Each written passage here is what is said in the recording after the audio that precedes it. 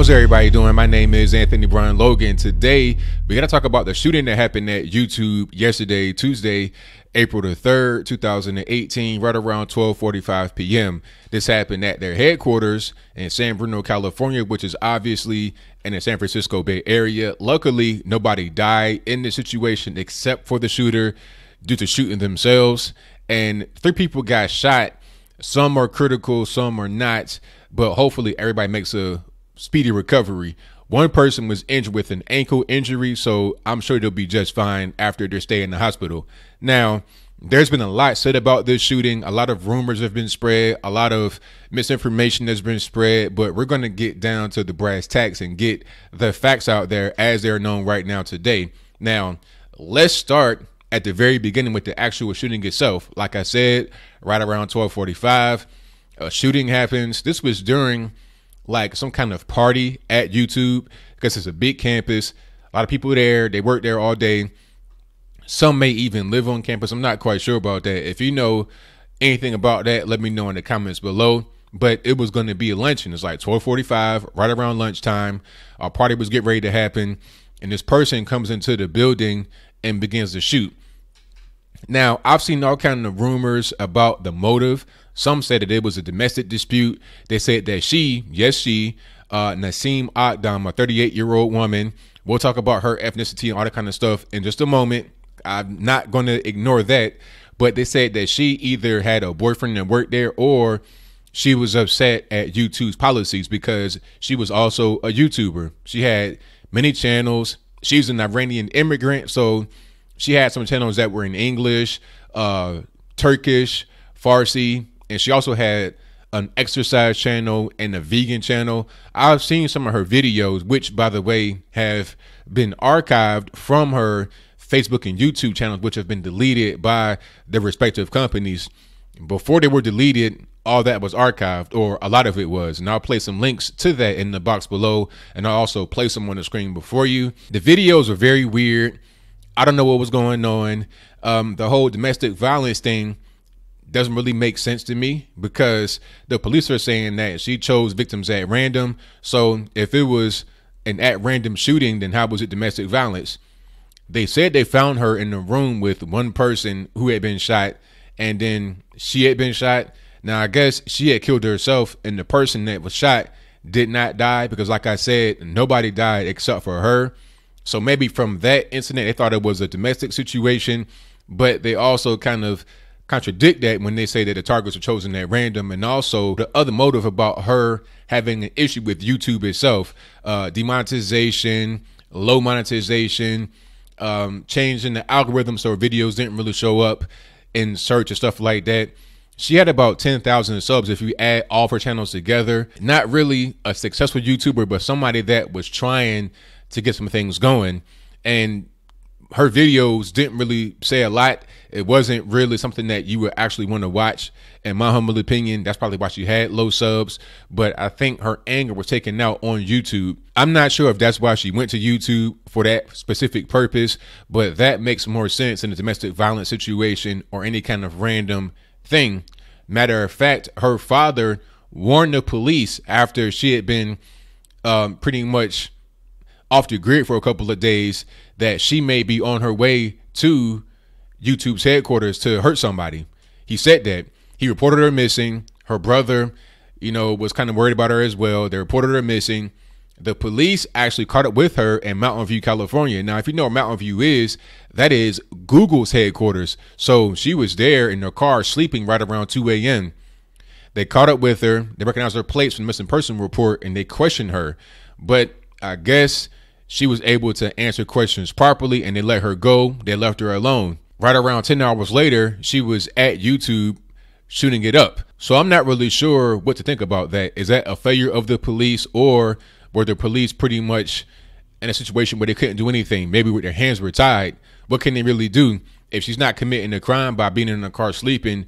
If you can't arrest her for a thought crime or an alleged future crime, what are you really going to do? I think what they could have done is alerted YouTube at least to say, hey, this person may be dangerous. She may be on the way to your location. Make sure that you have extra security. that might have been the right thing to do, because after a situation happened, YouTube was swarmed with police. So maybe that could have been what they have done, or maybe YouTube could have better security in general. I don't know, but I'll move on. So the police had been warned about her. She made videos about how she did not like YouTube and what they had been doing to her.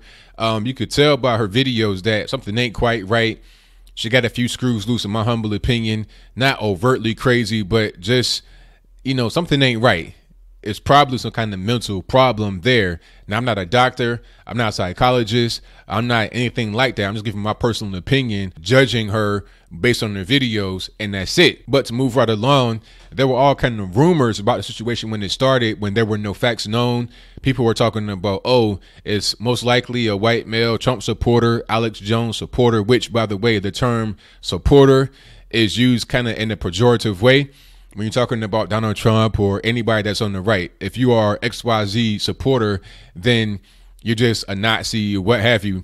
And you don't hear that term supporter used in any other context. Like if you happen to watch CNN, nobody says, oh, you're a Don Lemon supporter, you're a CNN supporter. Nobody says that, because it's a pejorative term used against those on the right. But I digress. My whole point is that there were all kind of assumptions made about the situation before it happened. A male, toxic masculinity, but then you have a woman. Obviously, something ain't right. Now, I've seen all kind of negative comments about YouTube in the situation, but anybody saying that ought to be ashamed of themselves. People that got shot did nothing. I mean, these are employees doing their job. If you don't agree with YouTube's policies, that's fine, but they're a private company. They can do what they want. It's the same kind of way that you wouldn't want anybody to force you and your own private company to do whatever they say do. Now, some say it's a big company, they need to be regulated, and that's fine. But what happens when your small business becomes very big to the point where now the government can say, we can tell you to do whatever we want you to do? You know, you must hire this person, you must have that person. I don't believe in all the government control. Let the free market take control. What you shouldn't do, obviously, is go shoot innocent people. What you shouldn't do, obviously, is go get the government to fight your battles for you, protect yourself, and do the right thing when it comes to the free market. As I close, I want to say this. I don't know what kind of gun she had. It probably was not any kind of rifle of any sort, because I think that would have been noted in the reports. And then, you know, a big rifle, that's kind of hard for a woman to carry. And this young lady was not, you know, a big woman at all. She was very thin, pretty frail. So I doubt she'd be able to carry any kind of big, long weapon like that. It probably was a handgun. Just putting it out there. And California has very tough gun laws, even no ammunition. So I don't know how she got it. She lived in San Diego with her grandmother at 38 years old. And she traveled up to Mountain View, was stopped by the police and questioned, and then was still allowed to go on to YouTube's headquarters and commit a heinous act. So I don't know what could have been done to prevent the situation. People are getting mad at Trump because he sent thoughts and prayers to anybody that was affected by the situation. But what do you want him to do? What could he do that was not already done in a situation? Number one, California, tough gun laws. She was in San Diego and went to another part of California up north. So all the way from San Diego to this place in the Bay Area, tough gun laws through and through. Then the police stopped her after she had been reported missing, after the father had warned her she may go to YouTube and do something wrong, because he knew that she did not like what YouTube was doing to her in her mind. So what more could have been done? I don't really know. If you know, let me know in the comments below. And by the way, before I close, obviously she is a Middle Eastern descent. She's a Persian, but there's been no evidence of any kind of radical Islam or anything like that. I mean, obviously that's the first thing you think of when you see her go on a shooting spree and she is kind of angry and you think, okay, Muslim terrorist. Maybe not. There's been some allegations of her being involved with Baha'i, but I'm not quite sure if she was of the Baha'i faith.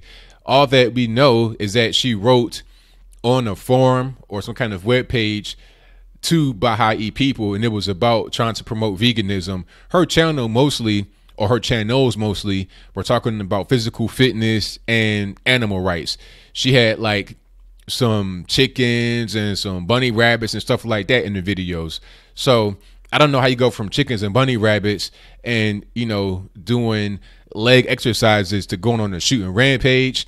Maybe it was the policies of YouTube that did it. But like I said before, it's a private company. They can do whatever they want. It doesn't give anybody the right to go shoot innocent people because of a private company's policies. But whatever your comments are, please let me know in the comments below. And that's all I got to say for this video. If you like what you heard, please comment, rate, share, and subscribe. Peace.